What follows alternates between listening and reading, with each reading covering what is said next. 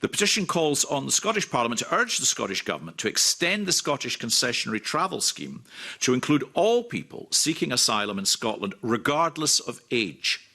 And in our consideration of this petition this morning, we're joined by our MSP colleagues Paul Sweeney and Mark Ruskell. Welcome to you both. Obviously, I think both of you well, Mr. Sweeney is a veteran of our proceedings, of course, but I believe Mr. Ruskell's been with us to consider petitions previously as well. Anyhow, a warm welcome to you both. The petitioner highlights the challenging financial circumstances asylum seekers face, suggesting that extending the concessionary bus travel scheme would support asylum seekers as a group, becoming much more integrated into our communities.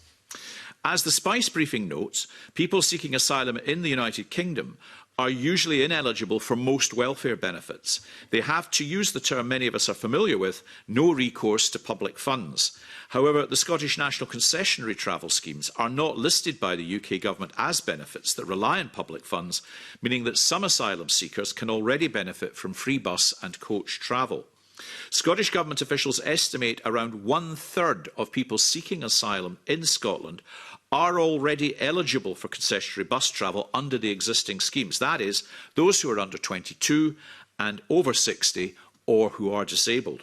The Scottish Government response also provides information about a pilot to provide travel support to asylum seekers in Glasgow, which ran from January to July this year. And we've also received a submission from the petitioner drawing our attention to pilots that have taken place in Aberdeen and Falkirk, as well as encouraging the Scottish Government and Transport Scotland to continue engaging constructively on the issues raised by this petition.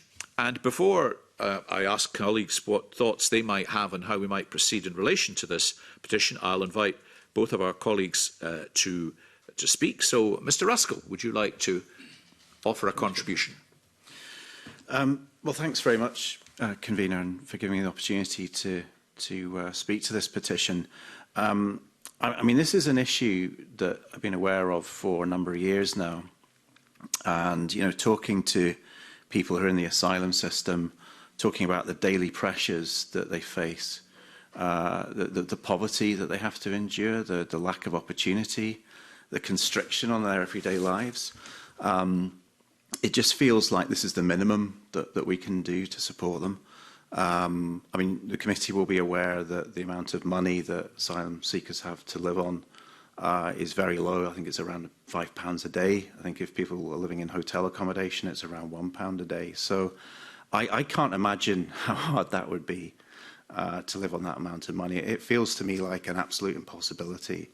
The other side of this is that I've seen just how transformative the under-22s concessionary travel has been for young people, how it's opened up opportunities, how it's really helped people to build relationships, to save money, to access jobs, employment, and just to go about their everyday lives and to have that kind of freedom. Now, I know that a lot of those freedoms people in the asylum system don't have as a right, but they're basic freedoms just to get about, to participate in society, to see their friends, to see colleagues and others, and to engage with the community is hugely restricted. So just having free bus travel, I think, would make a massive difference. And the evaluations that you pointed to for the very limited pilots that have happened already, I think in Aberdeen and Wales,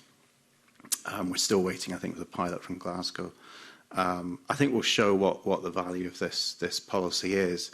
And it feels to me like it would be a natural extension to the government's existing concessionary travel scheme for over 60s, under 22s and people with disability to just include this category of people within that. I have to say that I'm really at a loss as to why this hasn't already been introduced.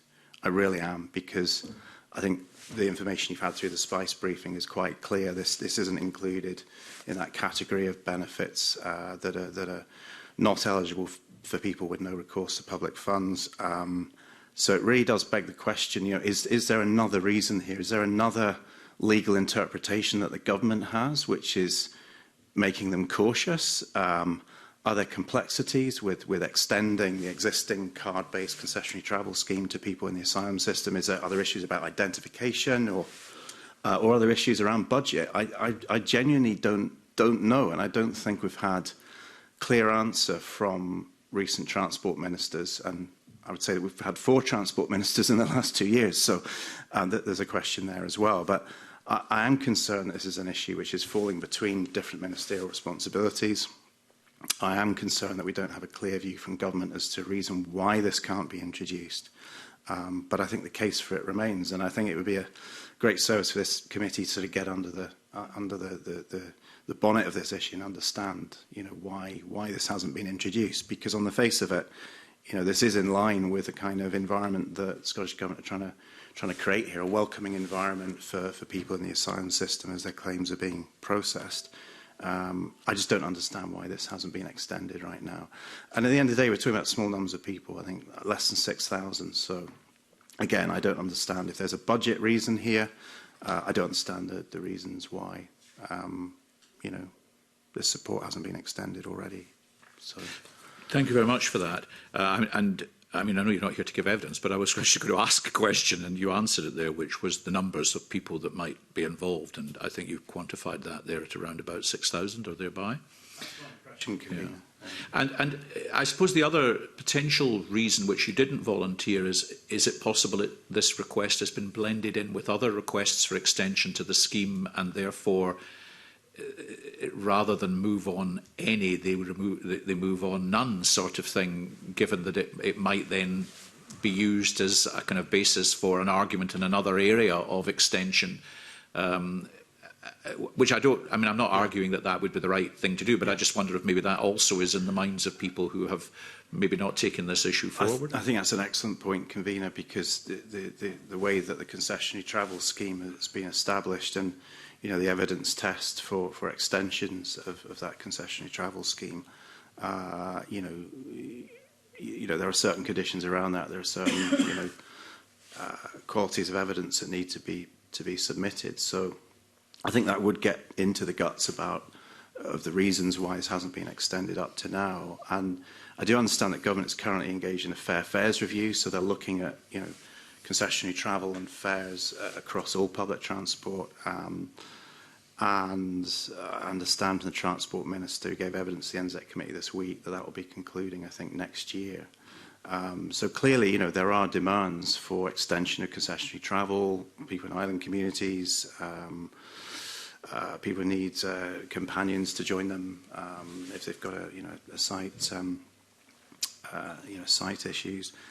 So those exist, but I think understanding the context of how government is looking at extension of concessionary travel would be very useful.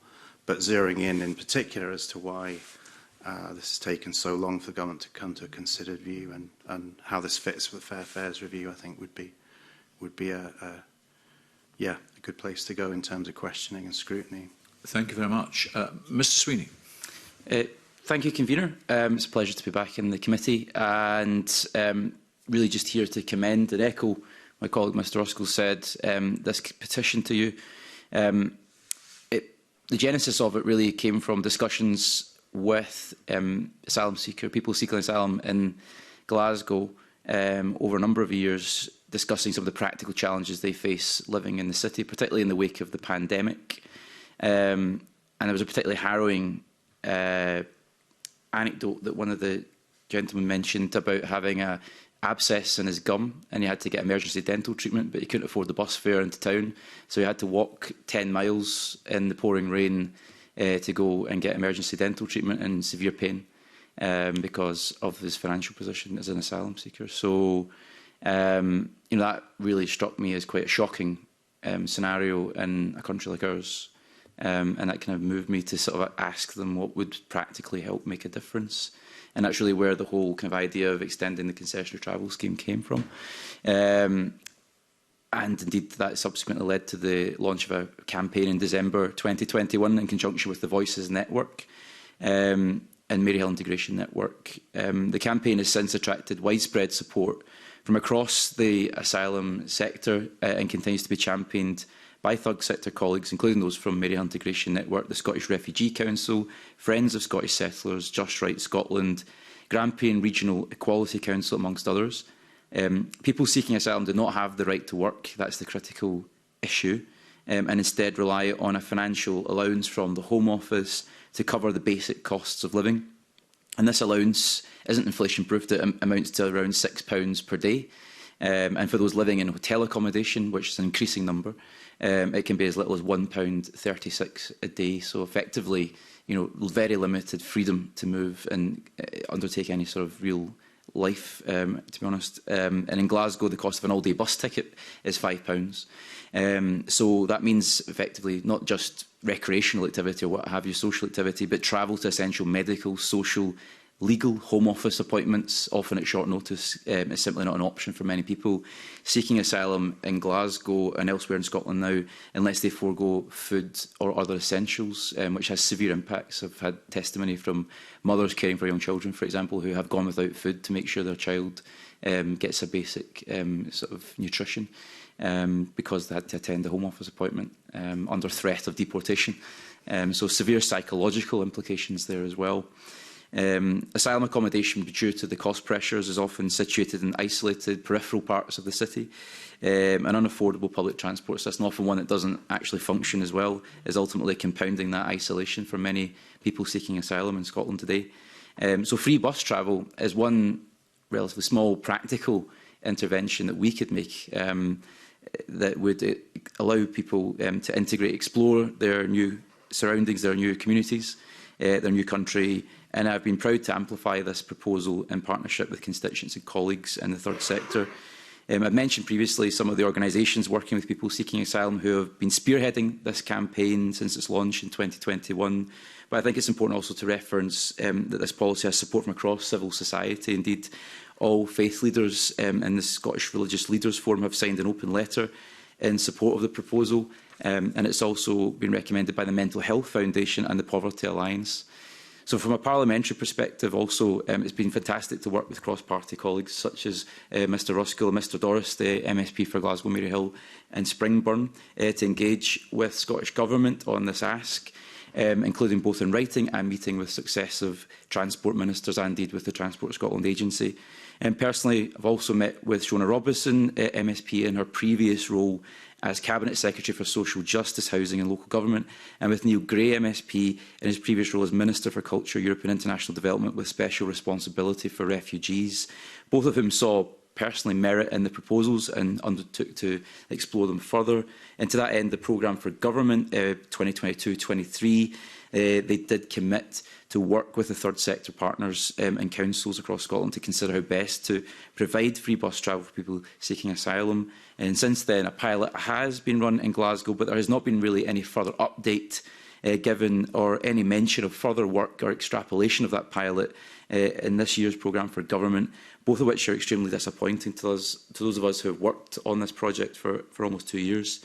So to that end, I would encourage colleagues on this committee to keep the petition open and to invite witnesses, those personally seeking asylum who are affected by the implications of that, to speak to the impact of this policy would have on their lives and indeed their current situation, which could potentially inform future correspondence from the committee to the government regarding these proposals and perhaps create greater impetus to move forward.